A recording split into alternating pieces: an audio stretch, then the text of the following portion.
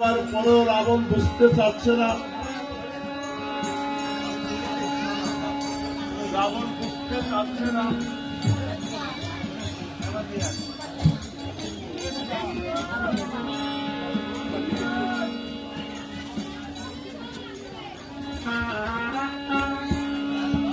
আজকের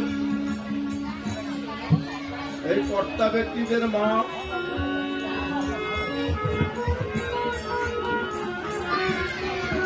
সমস্ত আত্মীয় স্বজন ছেড়ে চলে গিয়েছে। সেই বিদায় যাত্রা শান্তির জন্য, সেই বিদায় যাত্রা শান্তির জন্য আজকের মধুর রাম নাম।